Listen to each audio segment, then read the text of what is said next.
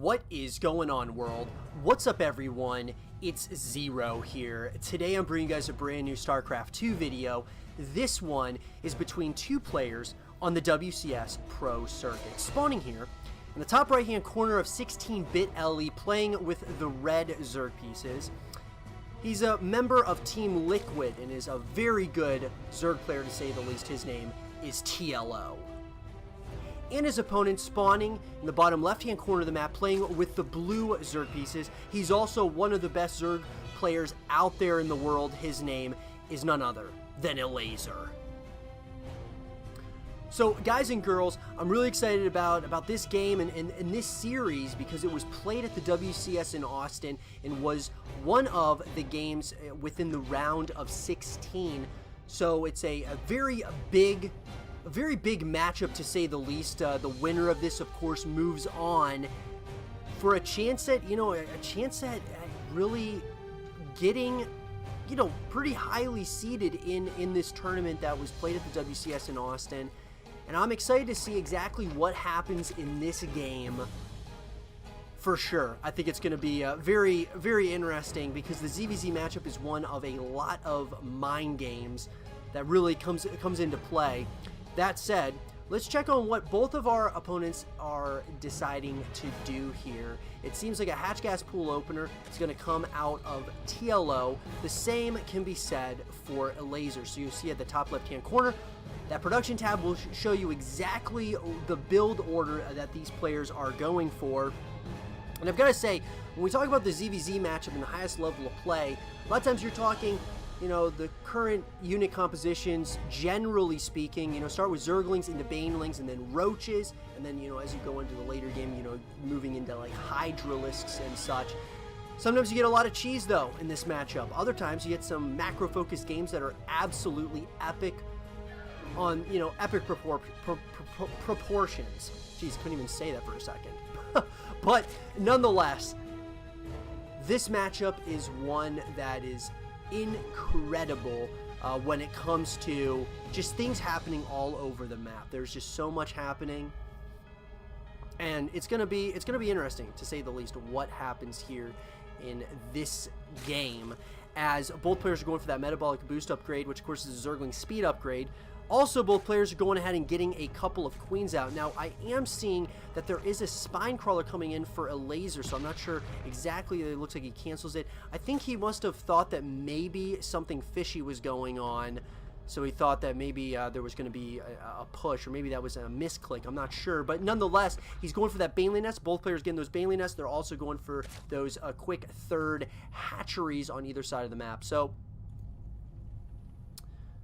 we are going to go ahead and see very shortly here what both players are going to decide to do, as they kind of are giving each other a little bit of that mutual respect that they both do deserve. Early on in this game, they're going to, instead of getting aggressive, it looks like they are deciding to kind of give each other that mutual respect and not do anything crazy as of yet. And instead of going for that very quick economy, or quick, trying to get aggressive really quickly, they're going for the booming economy instead. That said, a nice little scout here coming in for TLO, as he is going to get some nice scouting information. It does look like the follow-up, though, is going to be a lair, so it looks like Elazer is going to go for those high-tier lair-based units, and it does look like we are going to see some Zerglings moving across the map now. TLO, of course, has third hatchery is up. It does look like he is also going for that quick lair as well. We're going to start seeing some Banelings being added to the mix as well. So, very standard so far. We might be in for a macro-focused game, to say the least, here in this game. Although, things can change very quickly, and it does look like Elazer wants to get a little bit aggressive on this third hatchery, as Zerglings in a Baneling is here.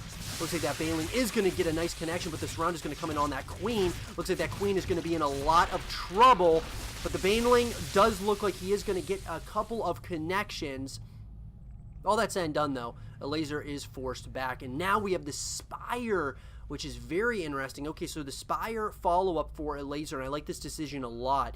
He sees kind of what's going on, Looks like a lot of ground-based units, and this Spire switch could potentially throw TLO very much so off guard. But at the same time, we're seeing TLO go for the Spire as well. Wow. So, okay, we're going to see, this is very interesting. You're going to see Spires on either end. It's almost like they're reading each other like a book at this point. I mean, I love it. I absolutely love it. So we got Zerglings, of course, that are still running around. It looks like TLO wants to get, you know, some more scouting information. He is going to see the Spire, so he's going to see, okay, a Spire's coming in. Spire's already coming in on his end as well. Beautiful scout here for TLO. Absolutely brilliant. That said, we are going to see Elazer is starting to move in to the third base location. Banelings are out. Got to be very careful with those Baneling hits. Can be absolutely devastating. Elazer does not want TLO to get comfortable because he is going to continue to push here with more Zerglings as well as Banelings as they're getting this around on that Queen. Nice play there. The Baneling is going to come and try to do, you know, it all comes down to this micro here. It does look like the Baneling is going to get some more connections. More and more Queens are going down like as we speak. Elazer's doing a lot of damage with these Zerglings, and these Zerglings are now in the the third base location. They're doing some damage to these drones, and now this is being followed up with more and more Mutalisks as they are going to be coming out. This does look like it is going to be cleared out. And all that said and done, Elazer, I feel, is in the lead here, but it's not a commanding lead at this point. It's a decent lead. But nothing too crazy to say the least as of yet. It does look like those mutas are out, and they are going to really be great at not only taking out some of those overlords, but also being that air support against all of those Zerglings. More and more of these overlords are being caught in the middle of the map here, and now Elazer is going to be supply blocked for a short period of time. But here we go. Lots of mutas that are out on the playing field for both sides, and it does look like here comes Elazer. He's going to try to do as much damage as he possibly can. It looks like he is going to get a decent amount of damage in here, at least for the time being. More and more of these mutas are going to be coming in, though, to help out in the fight. But Elazer feels like he's starting to take a nice little lead here. He's not allowing TLO to get comfortable whatsoever as we pass that 7.5 minute mark. He has just been putting on pressure consistently throughout this game. Now, TLO has done a good job of the scouting, but other than the scouting, he's been having a little bit of some trouble for sure.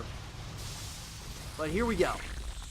Once again, it's all going to come down to the micro of both of these players and their armies. So it does look like Elazer's got a nice-sized army. He's just getting Mutalisk out of Mutalisk right now, which is very, very helpful. It looks like, here we go, the micro's going to come down. Is there a little bit of an overextension here by Elazer? It's hard to tell, but at the same time, it does look like all of these units are just slowly but surely going down. TLO is in a lot of trouble because he's also getting hit at the third base location again by more and more Zerglings. So while this is all be going on, Elazer is just doing a ton of damage. He is all over the map right now, doing damage in all different angles. And once again, he's going after that natural base location. This could be devastating at this point if he gets more and more drones.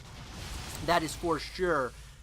More and more are being added to the mix as well. And TLO is kind of put into an interesting situation because it's hard to really take on this army head on simply because there are a lot of mutas. And once again, here we go. It looks like it's all going to come down to the strength in numbers. Who's got the numbers at this point? It does look like Elazer still has a decent amount of those numbers, and it's just going to come down to trading between these two players. And oh my god, it does look like Elazer is going to get just barely have enough, and GG is called, and Elazer takes a quick 1-0 lead over his opponent. I hope you guys did enjoy this game between Elazer and TLO, and if you guys did, leave a thumbs up, subscribe if you're new, stay positive, and I'll see you guys all in game number 2.